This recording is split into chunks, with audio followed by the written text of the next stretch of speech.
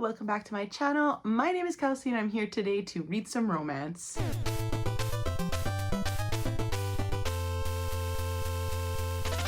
So every February, I like to dabble in the romance genre. I don't read it all the time. Obviously, the books that I do like or tend to enjoy have some sort of romance in it sometimes. But I reserve the month of February to literally read this genre because I don't read it enough. I have a whole playlist of all the years that I've done this challenge of Kelsey Reads Romance. So I will leave it linked up above in case you want to watch the other episode in this series. But let's get into the books that I read for this reading vlog. The first book is How to Marry Keanu Reeves in 90 Days by K.M. Jackson. After that, I read Partners in Crime by Alicia Rai. Then I picked up Well Met by Jen DeLuca and finished the vlog by reading fan favorite Talia Hibbert's Act Your Age, Eve Brown. So I'll send you back to Kelsey 1 week ago and we'll come back at the end to hear my final thoughts. Hello, so hopefully I did a better introduction to this vlog, but this is my romance reading vlog that I like to do every February and I didn't want to miss it this year. If you hear noises in the background, it is my little potato who is right next to me stretching. So the first book I want to read for this vlog is How to Marry Keanu Reeves in 90 Days by K.M. Jackson. From what I understand, this follows a character named Bethany Liu who is an artist and she's supposed to be getting her life together, and part of getting her life together is devising this plan to get Keanu Reeves to marry her because news breaks that Keanu is getting married in 90 days. So Liu has no choice but to drop everything. To do so, she has to convince her longtime friend True Erickson to help her find the one, and the one is obviously Keanu Reeves, and he is roped into chasing this elusive actor all over the country. So this has abysmal reviews on Goodreads. It's like a 2.86, which I've never seen. I don't think I've ever seen anything under 3 stars. Like, people tend to like stuff like to get under a 3, there has to be so many 1 stars, and I'm not gonna lie, it sort of piqued my interest. I looked up some of the 1 stars and a lot of it has to do with like the writing and the overall character of Bethany. So I'm interested to see how I feel. Open to DNFing if I need to.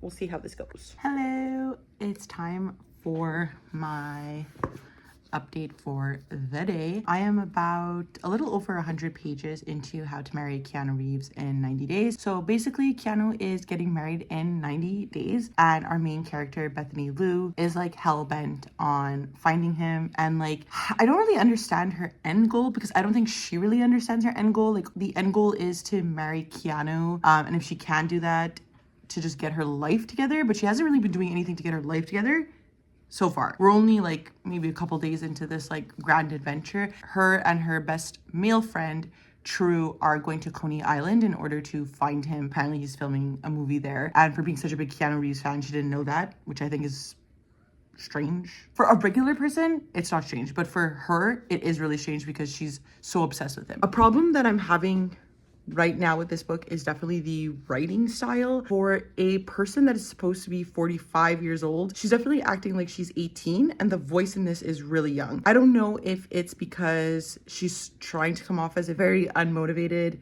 character, but she's not really focused on her art. She's definitely going through something, and obviously I think it's okay to be a fan of someone, but to go to this extreme level to think that you're going to still woo this person over and marry them,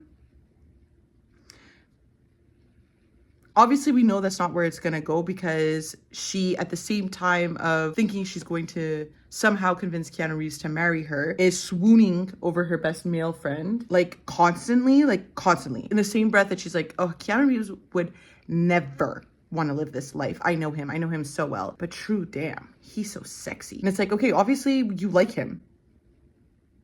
What are we waiting for? So we'll see how the remaining rest of the book goes. I'll probably update you a little bit before the end to see if my feelings have changed, but so far I'm sort of agreeing with like all the reviews that I'm seeing on Goodreads. Every day we're sterilizing. Every day. Also, if you're a breast pumping mom, highly recommend. These have saved me dearly. Sorry if you can hear the pumping of my breast pumps. I'm almost at the end of How to Marry Keanu Reeves. What is happening? This is like a minor spoiler, but like all of a sudden Keanu Reeves knows what's going on. Him and True besties. Huh? Hello, so I want to get this done pretty quickly because my baby is napping in the living room and I didn't want to wake him, so I came in here.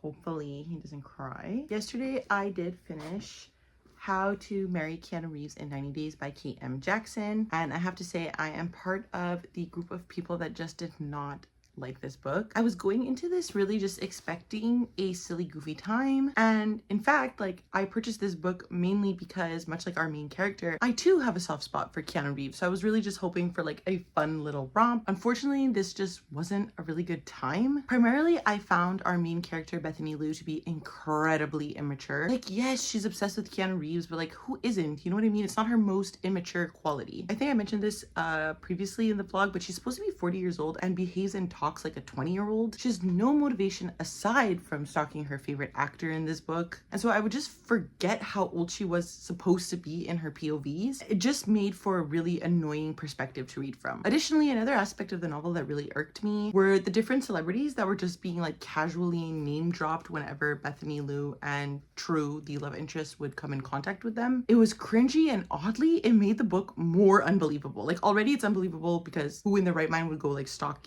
Keanu Reeves to this extent, but like, it was just oddly more unbelievable that these celebrities were even speaking to Bethany Liu and True. Not that celebrities aren't like regular people and talk to people, but like, let's be serious here. The book ended as I expected, if not for a very annoying but mandatory miscommunication scene, which just felt more flat overall. So I just really didn't enjoy this, and I ended up giving it 2 stars. I will be unhauling this, which makes me very sad because I did buy it because I love Keanu Reeves, but this just wasn't it. So next, I picked up an arc that I've had since 2022, which is Partners in Crime by Alicia Ray. I love Alicia Ray. I read her Modern Love series, which starts with The Right Swipe, which was one of my favorite books. Either it was the 2022 or 2021 year, or 2020 even. So I knew I wanted to pick up her next release after that series, and that's why I requested the physical arc for this, because I thought I was going to get into it right away.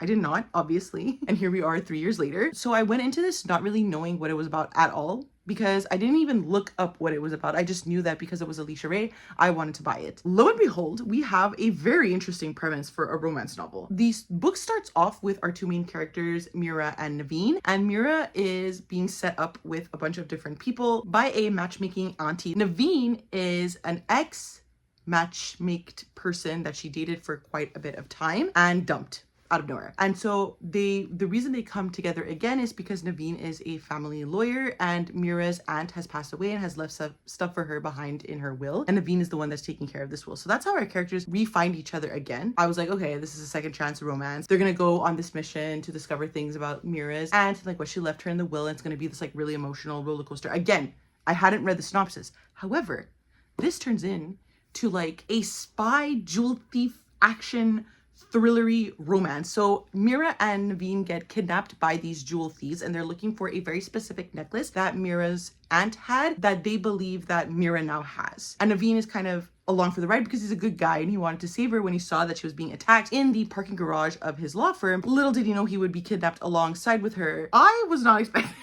this at all. I was very shook and shaken when I heard this yesterday when I was listening to it on audio. I was like, what is going on here? I'm very intrigued by this. I really wasn't expecting a lot. I was expecting to enjoy it because I like this author, but I really wasn't expecting to actually like be captivated by this thrilling plot. We're at the part now where she's being blackmailed.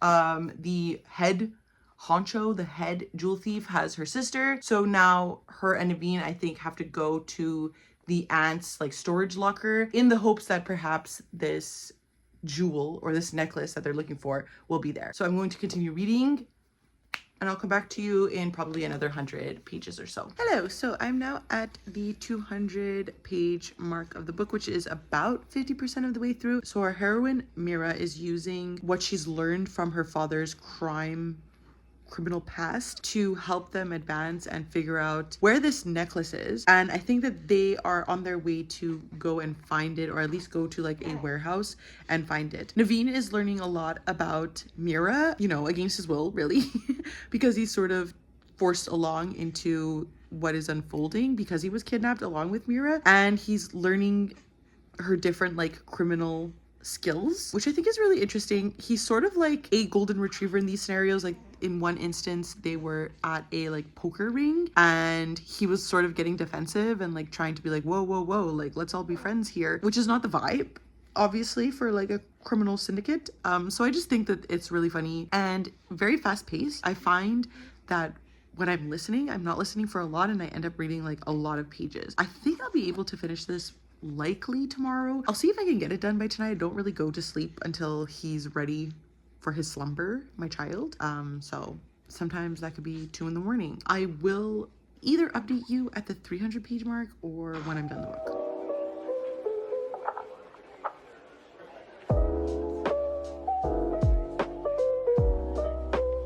Hello, if you hear that loud noise in the background, that is Sports Center playing from the living room because we are currently watching the Four Nations, which is the hockey tournament between Canada, US, Finland, and Sweden.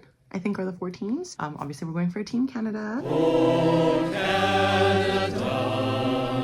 But I did get to page 300 in Partners in Crime before that by Alicia Ray. I'm really loving this. I think this next set of 100 pages was really interesting at developing the relationship between Naveen and Mira, particularly because we were learning a little bit more about why they broke up and specifically their time in between. On Naveen's side, we knew that he had a drinking problem earlier on in the book, and now we've just recently found out why that happened, what was going on in his life previous to encountering Mira again. We also had a very delicious sex scene, was interesting to listen to, is all I'm gonna say. And we also had some developments as to the overall plot of the story. So as mentioned, they are looking for this necklace and they thought that they had found the guy who had the necklace. This is one of Mira's father's like ex-associates. It turns out that it was fake. It was a fake copy anyways. And so right now Mira and Naveen have to sort of figure out how they would navigate this because they are running out of time to find the necklace that the original like crime guy is looking for. We're in the last home stretch. I have about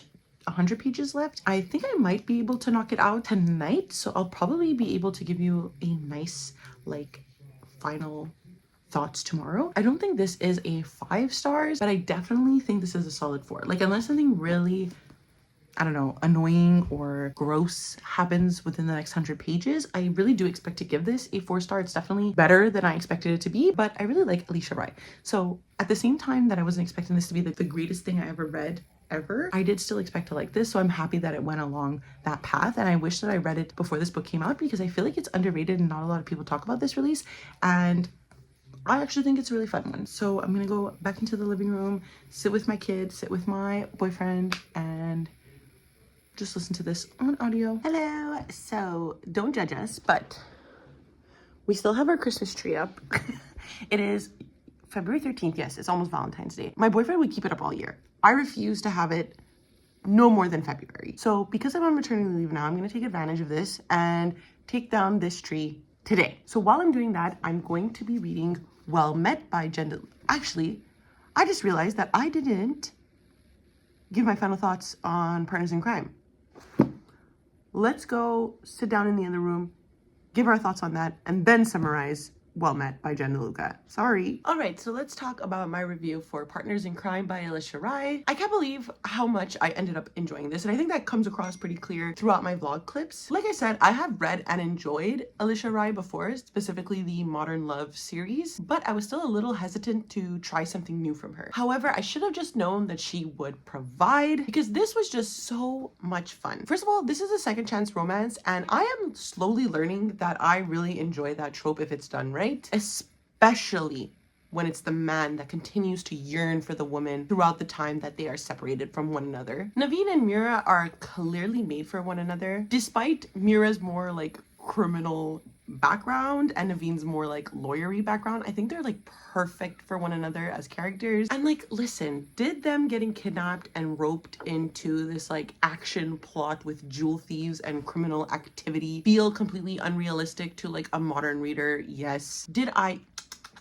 eat it up anyways because it was a fun little rom-com? Also, yes. This was fun and this was a nice change of pace for a romance novel in my opinion. So I liked it. What can I say? I enjoyed this. I gave it 4 stars. It was really good.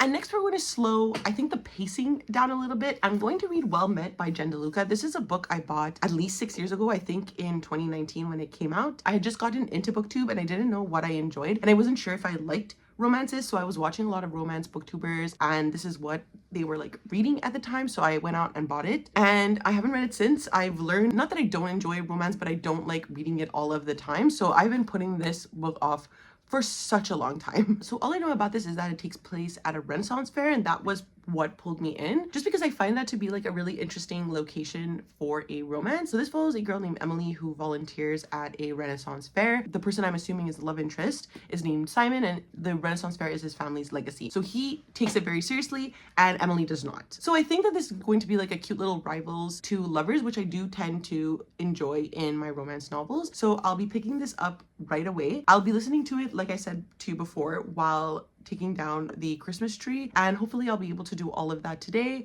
My kid is sleeping, so I'm gonna take advantage of this. See you later. Hello, so I've gotten 100 pages into Well Met by Jen DeLuca, and I have like pretty positive thoughts about this so far. I think it's definitely like a me book, just because I'm very into fantasy. I'm very into like historical things, Shakespeare, stuff like that. So this was going to be something that was going to charm me, definitely. Renaissance fairs, I've never been to them, like I said, but they're definitely something that I would probably enjoy. So it's no surprise to me that I am liking this. I think I'm slowly realizing that I don't actually like rivals or enemies to lovers as much as I thought I did, because I think there's a level of miscommunication that has to be established, at least in a rivals to lover, to make two people like not really like each other. And I think that that's where we're at with our main characters, Simon and Emily, just because like they aren't the nicest to one another, and I'm curious as to like why that needed to be like a point of contention. We are slowly understanding or unraveling why Simon is the way that he is. I guess I could even be off-putting maybe upon first meeting if you're like sort of standoffish, which I kind of understand, and I kind of understand where Simon is coming from, but at the same time, like I don't understand why Emily vehemently hates him like right away. It's a little weird to me, but now we're learning more about like Simon's personality and why he is the way that he is, because he's taken over this Ren Fair idea from his brother, in honor of his brother, because his brother passed away years previous to this one. So now Emily's sort of understanding Simon's perspective, and we know why Emily is standoffish as well, because she's been hurt in the past by her ex-boyfriend. So I get it. I get why they're both standoffish. So I'm excited to see how the relationship develops over the course of the summer Ren Fair cycle, and hopefully I end up rooting for them as a team and rooting for them as a couple. Right now I like them both as individual characters, but I don't necessarily care. Like I know they're gonna become a couple, so it's like obviously I care a little bit if I'm gonna continue reading, but I hope we can have like some development that makes me believe that they work as a good couple. You know what I mean? Anyways, I'm going to continue listening to this. I'll probably update you at the next 100 page mark. And if you're wondering how the tree progress is going, I've taken down everything except the tree itself. That is my boyfriend's job, not mine. I have to pause right now, and so they're flirting with each other in character, and Simon is flirting with her as a pirate, and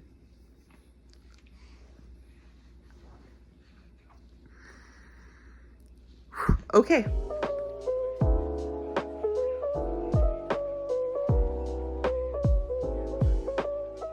Hello, so I just finished watching the first 2 episodes of Yellow Jackets that came out on Friday. I didn't get a chance to watch it on Friday, so I needed to watch it. It's my favorite show, the only show I actually keep up with. So I just finished those 2 episodes, and I have like less than half left of Well Met by Jen DeLuca, so I think I'm just going to try to at least finish that tonight and hopefully come to you guys tomorrow with an update. But I am on page 180. Simon and, oh my god, I forgot her name, Emily, yes, have like kissed and made out and spoken about their feelings for one another. She's been like sleeping over at his house, so I think like things are going well, obviously, because I still have like almost 100 and more pages left. There's going to be some sort of miscommunication, because halfway through the book they're already together. Like I already know there's going to be miscommunication. So not that I'm annoyed to see what it is, but I'm definitely like wondering what it could possibly be. However, I'm enjoying the overall like atmosphere of the book and the like Renaissance fair and all of that it is keeping me interested. I'm just very worried about this last minute sort of miscommunication. I hope it just makes sense and it doesn't last too long. I'll definitely update you about my feelings on that, because it's definitely happening. I already know. A few moments later. Hello, so I'm using this microphone again because I don't know, I get embarrassed filming in front of my boyfriend, even though like he watches my videos, he hears me recording like every day, he knows that I do this, but for some reason I'm just embarrassed when people hear me talk. Who knows what the reason is for. And this angle is awkward and weird, but it's because the sun is like directly shining in my face over there. I'm very limited in space in this room because it became the office and the baby room. So this is like the rocking chair, and I like sitting on it now. You know, you have it, why not use it? Yesterday, as predicted, I finished Well Met by Jen DeLuca. Let me just get the review up and the book. So I think I had mentioned this when I started talking about this book, but I have been putting off this book for many years, but I really ended up enjoying my time with it. And I think that was pretty clear throughout the vlog. Our main characters fall in love at a Renaissance fair. One's a pirate, one is a tavern wench. They're arguing about Shakespeare. Like, the banter was really good. I was bound to enjoy this, whether it was a good romance or not. The writing was really humorous, and I did find myself chuckling at a lot of instances that I found funny. And I wasn't really expecting that, so it was like really refreshing to read. The sister dynamic in this novel was also a nice touch. That I really appreciated, being an older sister myself. However, despite this overall enjoyable vibe, like overall I enjoyed this, I did have some issues with the book, and I think the last clip is of me rolling my eyes. Our heroine Emily's insecurities were like a little annoying to read from. I can understand working through them at the beginning of the novel and like setting up Emily as this character that went through a horrible relationship previous to this one, and it's also normal to feel as such as being a new person in a new town. But the entire miscommunication of the third act relies on her inventing a larger problem than necessary because of those insecurities. Like, it's almost, to me, a jump to a conclusion that did not make sense to me as someone who has PTSD from a previous relationship, who has insecurities from said previous relationship. To me, it just felt a little too much. And it just felt as though Jen DeLuca was using these insecurities to create this miscommunication in the third act to inevitably make our characters come together. Secondly, I did find that the writing did info dump a lot, especially to give our hero a backstory. I would not have had an issue with this info dumping necessarily if it would have been Simon himself sharing the information, but it was often in conversations with side characters, and I don't know if it was to kind of give those side characters a role so that we care about them a bit more for the rest of the series, but it just felt clunky to me. Overall, this was still really fun and I would still recommend it, just I had those like minor issues, but I did end up giving this a 3.5 stars, and I was definitely very surprised with my experience with the book. So now we'll be moving into the last book that I want to read for this vlog, and I sort of kept the best for last, and this is because I do really like this author overall. I have had successful reads with Talia Hibbert. So the first book in the series, Get a Life, Chloe Brown, I believe I gave 3.5 stars, but it was the second book, Take a Hint, Danny Brown, with the second Brown sister, that I gave 5 stars. I absolutely love that book, and I do think that book specifically was made for me. Danny Brown was a character that I heavily relate to, so that's why I think I gave that book 5 stars. But I do enjoy Talia Hibbert's writing, so I was like, why not finish out the third of the Brown Sisters trilogy and read Act Your Age, Eve Brown. I got this as a gift from my friend Lucy, so thank you. This is, like I said, the last book in the Brown Sisters trilogy, and this trilogy follows these 3 sisters, and we've seen Eve Brown in the other series, but all we know about her going into this book is that she is the youngest of the sisters. We learn that she is a hot mess and her parents need her to find a job and stick with it, otherwise they are getting rid of her inheritance essentially. So within the first chapter, they present her with this ultimatum that she has to find a job and stick with it for a full year in order for them to reinstate this inheritance and reinstate her monthly payments that she receives from them. And where I'm at now, that I know from the synopsis, is she goes into an Airbnb looking to, not an Airbnb, a B&B, a bed and breakfast, looking for the chef job because she knows that she's able to cook, and she encounters Jacob, who is the owner of the Airbnb, and from what I understand in the synopsis, she doesn't necessarily get the job, but then she accidentally runs him over with her car, and so she ends up having to take this job in order to help him. I'm expecting cuteness, I'm expecting a good time, and I'm expecting humor, which both books previous in this trilogy had. So looking forward to this. I'm going to continue reading it today, hopefully finish it tomorrow, and we'll see how I feel about this one. Hello, so I have reached the 100-page mark in Act Your Age Eve Brown, so I did want to come here with my initial thoughts. My initial thoughts are that I'm really enjoying it. I really like Talia Hibbert's writing. I've always liked her writing. This is now my 4th book by this author. I was bound to enjoy the writing at the very least. I also find it to be very humorous, as all the Brown Sister trilogy books are. So overall, I'm just really enjoying it. Where we are right now is that Eve has taken over running the Airbnb because, as I mentioned when I was describing the synopsis, she runs over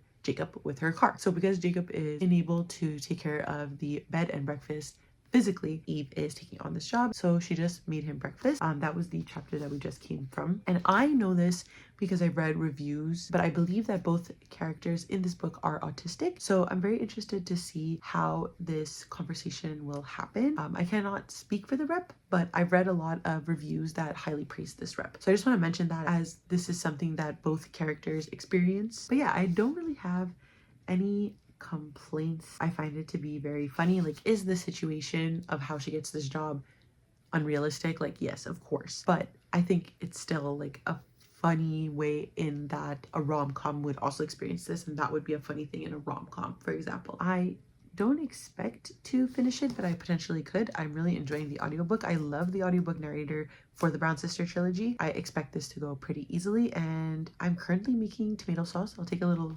video for you in the B-roll. We're watching the Canada versus Finland hockey game. My son just had his first vaccines today, so he's feeling a little under the weather. So the house is pretty chill. We're gonna have like a chill supper, a chill day, and I'm just gonna continue reading.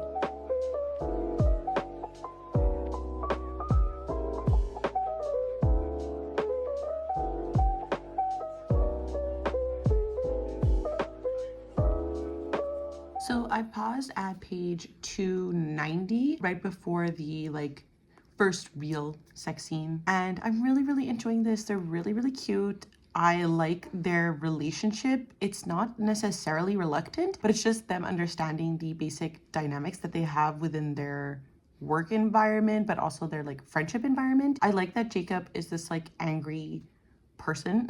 I kind of relate. I like that Eve is a bubbly person in contrast to him. So that's been really nice. There's been some also discussions on autistic stimming and Eve discovering perhaps that she does fall within the autism spectrum, which I think is a really interesting discussion because Jacob is very clear that he is autistic with Eve. So her discovering that she might fall within that spectrum is also incredibly interesting, and that Jacob will be there for her for that and understands her in a way that she doesn't really understand herself yet. So I think that that's really lovely because Eve also understands Jacob's personality and the way Jacob is in a way that I think makes Jacob uncomfortable because he hasn't necessarily found that within other people, and I think that that's just really cute in general overall. Yeah, there's nothing else to really say about this book. It's just cute and wholesome, and I really like Eve and Jacob as a couple, and their sex talk is pretty hot, and we're getting to that point. So I'm going to finish this. I don't think I will update you until the end of the vlog tomorrow, but another success, another win. Who says Kelsey doesn't like romance? Liars. So welcome to the end of the vlog. Let's get into my final thoughts for Act Your Age Eve Brown by Talia Hibbert. As you saw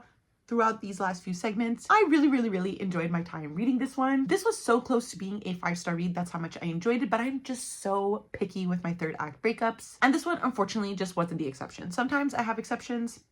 This one here did bother me a little bit. But in general, I wasn't expecting to enjoy this one as much as I enjoyed the previous installment, which was Take a Hint, Danny Brown. 5 stars, love that one. But Hibbert creates such adorable characters in this series that always makes me smile, so I couldn't help but really enjoy Eve and Jacob. They were two really funny characters. Their banter was really funny. I found myself chuckling sometimes. And because of that, I really enjoyed their chemistry. The way both of them grow, not only as a couple, but individually, worked to really solidify a very interesting plot and them as strong characters. I believed in their journeys, which in turn let me believe in their romance, which was very hot, by the way. I also really loved how both of our leads were autistic, which is Own Voices rep, by the way, and how that led to them being just the perfect fit for one another. As mentioned, my one complaint for this book was really that third act breakup. I never really enjoy miscommunication, especially when it's done this way. And without going into spoilers, it's a sort of miscommunication that feels like it's coming out of nowhere and just feels excessive for the consequence of the characters breaking up. Granted, Hibbert resolves it really quickly and in a really cute way, so it didn't end up annoying me that much, which is why I ended up giving it a 4.5 stars, because it was pretty cute and I will forgive and forget because I really enjoyed this. So let's summarize my overall ratings for the books read in this vlog. First, of course, we had the unfortunate failure, How to Marry Keanu Reeves in 90 Days by K.M. Jackson, which I gave 2 stars. However, that was uplifted by Partners in Crime by Alicia Rai, which I gave 4 stars. Really enjoyed this one. I really think it took the genre into a new way and made it really action-packed and just a lot of fun. I had a lot of fun, and this like revives my hope to read these books for the week. Then I read another cute romance of Well Met by Jen DeLuca, which I gave a 3.5 stars, almost a 4 star. But again, this is where a third act breakup I find was too excessive and annoyed me more than Act Your Age Eve Brown, which I gave a 4.5 stars and was definitely the success of the vlog. So that's it. Those are all of the books I read for this vlog. Please let me know down below if you've read any of them. Did you like them? Did you hate them? Do you feel the same as me? Let me know. And if you would like to follow me on any of my other social medias, I do leave a link down below to my Twitter, Goodreads, and Instagram if you would like to follow me there. Of course, with the impending doom of an oligarch of billionaires controlling every item of social media that we use, these might not be there anymore. If they're up there and you would like to follow me, the links are down below. And of course, because it is the end of the video, please do not forget to like, subscribe, and ring the notification bell. It does wonders for my channel. It makes me feel really good. And that's it. I never know how to end these things, so I will see you next time. Okay, bye!